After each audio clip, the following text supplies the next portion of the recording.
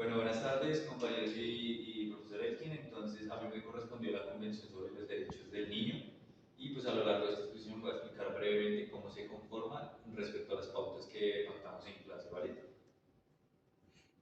Vale, la premisa por la que está hecha esta convención es que los niños son pues, de las personas más importantes en la sociedad y deben crecer en el seno pues, de una familia que les aporte felicidad, amor, comprensión y lo más importante para ellos es crecer pues, en un ambiente de espíritu de paz, de dignidad, de tolerancia, libertad, básicamente eso. Vale, los principales derechos que yo identifiqué a lo largo de este tratado, que pues, se desglosan de los 54 artículos de los que está compuestos, son la vida, en cuanto a pues, el hecho de vida como derecho biológico de existir. Lo otro es la igualdad. En esto me refiero a la igualdad en cuanto a que haya equidad entre niños que pues, gozan de todos los derechos y que, por ejemplo, otros con discapacidad no pueden gozarlos de la misma manera. Entonces, el Estado y pues, también los papás en cierta medida tienen que propiciar, propiciar que esto se dé así, que los niños que tienen desventaja respecto a otros pues gocen de los mismos derechos. Básicamente el respeto tanto por los papás como por el Estado, la personalidad, es decir, que todo niño tenga nombre, identidad, domicilio, etc. La oficiosidad del Estado, pues con esto me refiero a que cuando el Estado identifica que un niño, por ejemplo, no tiene los medios para gozar de sus derechos, el Estado debe generar esas acciones que lo llevan a gozar de sus derechos. El debido proceso, esto aplica para lo que decía en la convención, para cuando de pronto hay niños que cometen crímenes, pese a que hayan cometido crímenes y se les lleva un proceso penal, el hecho de ser niños tiene una condición que los lleva a tomar medidas un poco más cautas para que cumplan la ley, pero garantizando sus derechos. El desarrollo de la niñez, lo que sea físico, espiritualmente, en cuanto a sus capacidades, etc. El derecho de asociación, básicamente, es que todos los niños tienen derecho a formar grupos, a ser parte de, no sé, equipos, por ejemplo, en cuanto a su recreación. Libertad básica, la salud, de que pues todos los niños deberían por lo menos gozar de salud básica para cubrir sus necesidades. Eh, la dignidad humana en cuanto al desarrollo completo de su, pues desde que empieza su niñez hasta adelante. Alimentación, en cuanto a este tema de la alimentación, hay dos premisas, que es que el Estado pues, ayudará a los niños cuando los papás no tengan para su alimentación y que asimismo incentivará u obligará, mejor dicho, a los papás a que sí o sí les den alimentación al niño, ya que es básico. Y lo más importante para mí, pues la libertad de expresión, que pues, pese a ser niños puedan expresar sus pensamientos, sus sentimientos, etc.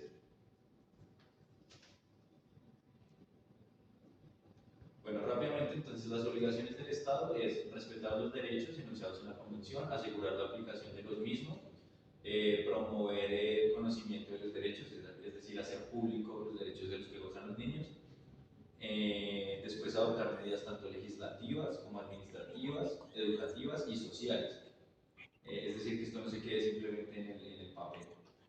Y por último, respetar a los padres, ya que ellos son pues, los primeros responsables del bienestar del niño. Esto quiere decir respetar la autonomía que tienen los papás a la hora de criar a sus hijos y brindarle pues, dignidad humana para el goce de sus derechos. Eh, vale, los estados parte del tratado, según la página web Humanium, que es la fuente en la que me base, dice que son 196 estados parte de esta convención y que es actualmente el instrumento jurídico internacional de derechos humanos más ratificado. Como punto importante, Estados Unidos fue uno de los países que lo firmó, pero no lo ratificó, es decir, que pues, lo dejó ahí como a la deriva, pese a ser uno de los que más lo ayudó a crear.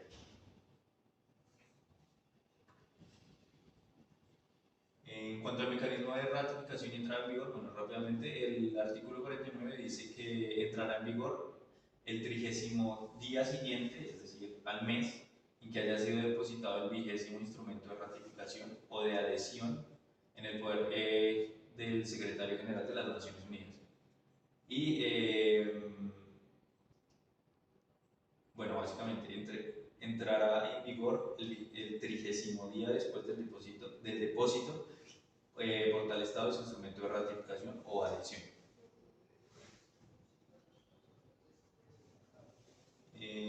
Bueno, para estos entonces para el cumplimiento de esta convención se creó el Comité de los Derechos del Niño, que en el artículo 43 es claro al decir que van a ser 18 expertos de gran integridad moral, reconocida, etc.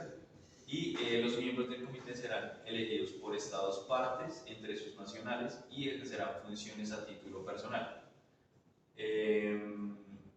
Teniendo en cuenta obviamente la distribución geográfica para que los 18 no sean 18 de un solo continente, sino que estén, por decirlo así, como esparcidos a lo largo del mundo y que conozcan el contexto social al que se enfrentan. Básicamente, bueno, pues serán elegidos en votación secreta y de una lista designada por los estados partes. Y cada estado parte podrá designar a una persona de sus nacionales para que pueda ser escogido para los 18 del comité. Bueno, el mecanismo de protección que yo encontré para este convenio es pues, los informes, que es muy importante aclarar que por parte de los estados parte, o sea que ya lo ratifiquen, tienen que pasar el informe 2 años después, contados a partir de la entrada en vigor. Y luego, cuando ya se hayan cumplido esos 2 años, va a ser periódicamente, cada 5 años, el informe que tienen que pasar sobre qué se están cumpliendo, qué medidas se están adoptando, básicamente eso. Y la denuncia para la convención, es decir, cualquier estado parte puede denunciar la convención como tal en caso de que considere que no se está cumpliendo o que la convención está fallando como tal. Bueno,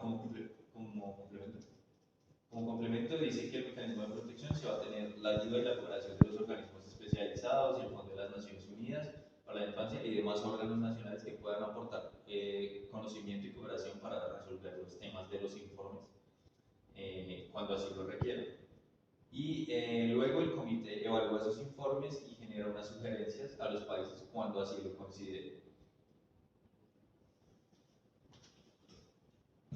Vale, los resultados del informe entonces genera las sugerencias, así lo considere, y estos mismos los pasan a los estados interesados, a la Asamblea General, junto con comentarios si lo necesitan, y a los estados parte, para que pues ellos mismos hagan comentarios si ellos consideran, por ejemplo, que, no sé, España tiene que hacerle comentarios a Colombia respecto al cumplimiento de este tratado, puede ser o puede omitir hacer ese comentario.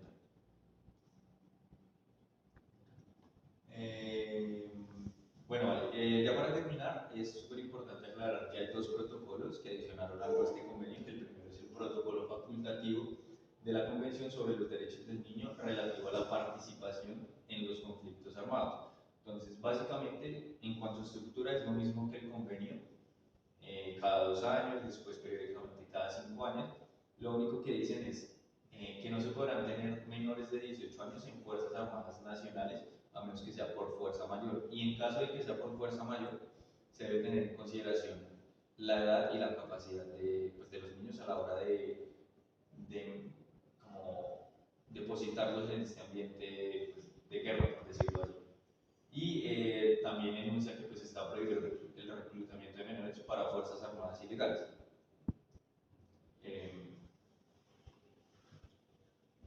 Vale, y el último es el protocolo facultativo de la Convención sobre los Derechos del Niño relativo a la venta de niños, prostitución infantil y la utilización de niños en la pornografía. Entonces, en cuanto a estructura, nuevamente es lo mismo, se pasa el primer informe luego de ratificar y periódicamente luego cada 5 años. Y entonces lo primero que se prohíbe es la venta, la prostitución infantil y la pornografía infantil. Esto funcionando junto con la jurisdicción penal de los estados, es decir, que una vez se ratifique este protocolo, asimismo deben tomar medidas legislativas a nivel penal para que las personas que están cometiendo este crimen con los niños pues sientan todo el peso de la ley y se les acabe la consecuencia que se genera. En cuanto al tema de extradición, el convenio es claro en que se puede extraditar y en caso de que algún país no contemple la extradición dentro de sus normas nacionales, puede utilizar este protocolo y la convención como base para justificar la extradición. Vale, está también tiene la responsabilidad de brindar apoyo jurídico y psicológico para los niños cuando se ven involucrados en esto. Y por último, debe haber publicidad de las leyes y de las medidas que se están implementando pues, para garantizar pues, la dignidad del niño frente a estas tres problemáticas. Vale, rápidamente en cuanto a generalidades del convenio, entró en vigor 3 meses después de que el Estado número 20 pues haya depositado el instrumento de ratificación ante el Secretario General de las Naciones Unidas. Entró en vigor el 30 de septiembre de 1990. La ratificación pues se hace, como ya les dije, depósito en la Secretaría General de las Naciones Unidas y son 196 estados parte, Colombia es un estado parte y lo ratificó con la Ley 12 de 1991. Estados que simplemente han hecho suscripción o que no se han adherido a este convenio es Somalia, Sudán del Sur y Estados Unidos. Vale. Y estas serían las fuentes que pues, utilicé para el desarrollo de esta exposición, del convenio. Y vale, muchísimas gracias.